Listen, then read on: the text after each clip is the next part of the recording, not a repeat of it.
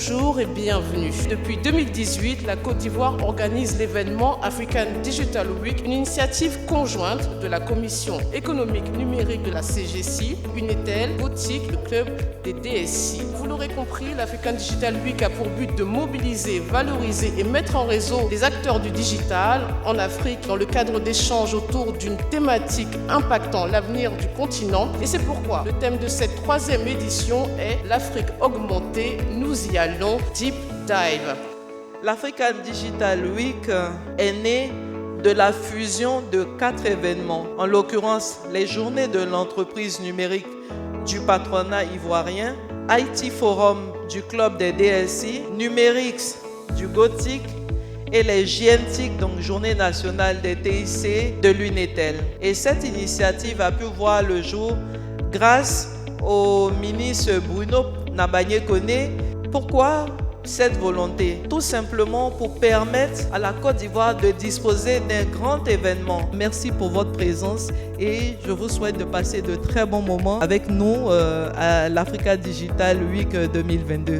Je vous remercie. Je saisis cette opportunité pour vous adresser à toutes et à tous, au nom du président de la Confédération Générale des Entreprises de Côte d'Ivoire, M. Jean-Marie Aka, mes chaleureuses félicitations pour avoir su poser année après année les bases de ce qui est devenu un forum incontournable de réflexion, d'échange, de partage d'expériences, de formation et d'exposition de savoir-faire et des compétences locales autour des différentes thématiques d'actualité sur les technologies de l'information et de la communication.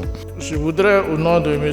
Amadou Koulibaly, ministre de la Communication et de l'économie numérique, porte-parole du gouvernement, remercier les organisateurs d'avoir associé le ministère de la Communication et de l'économie numérique à la 3e édition du Forum African Digital Week et ailleurs dans le monde autour de la thématique d'actualité et tout ce qui impacte l'avenir du numérique en Afrique.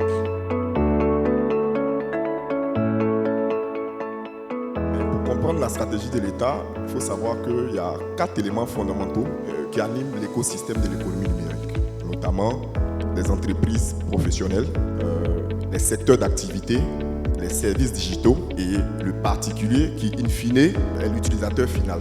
Et donc, le ministre de la Communication a identifié des priorités. Et ces priorités ont été catégorisées en 4 chantiers importants. Donc, il y a le premier chantier qui est le développement des infrastructures numériques, la construction d'un data center national. Il y a aussi le programme d'inclusion sociale numérique. Il y a aussi le chantier sécurisation de l'espace numérique. Et cette transformation numérique, elle est sur énormément de volets. Et c'est ça la difficulté.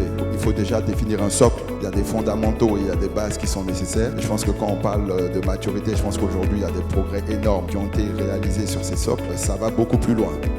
Parce qu'il y a toute une série de chantiers spécifiques à mettre en place. Je dirais alors, comment je fais pour donner du financement à ces personnes-là? Je parle de lever des millions de dollars pour des gens qui ont cette possibilité. Nous sommes, nous les opérateurs, fiscalisés à 30%. Je suis prêt à payer 30%, mais on peut bien imaginer que les 5% supplémentaires que je crée alimentent un fonds et que ce fonds, il est souverain et il aide à pousser des personnes à créer beaucoup plus de contenu in fine qui va développer l'usage et parce que j'aurai un retour indirect. Et donc, il faut fondamentalement que cette dimension de formation et de financement intervienne dans les stratégies de politique publique si on veut réellement créer de la valeur dans l'économie numérique.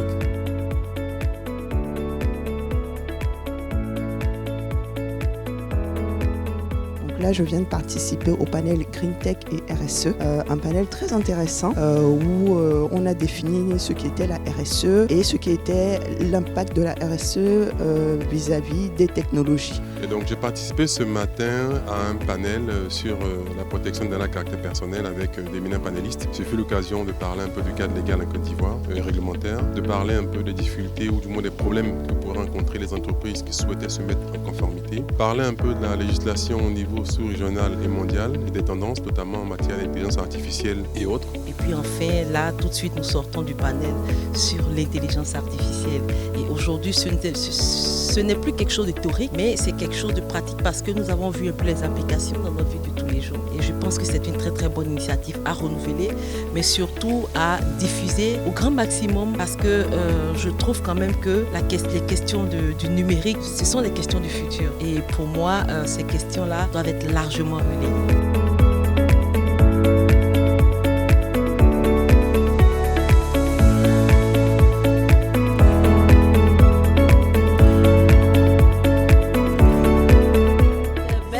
the best et le meilleur de cette compétition, c'est INPHB.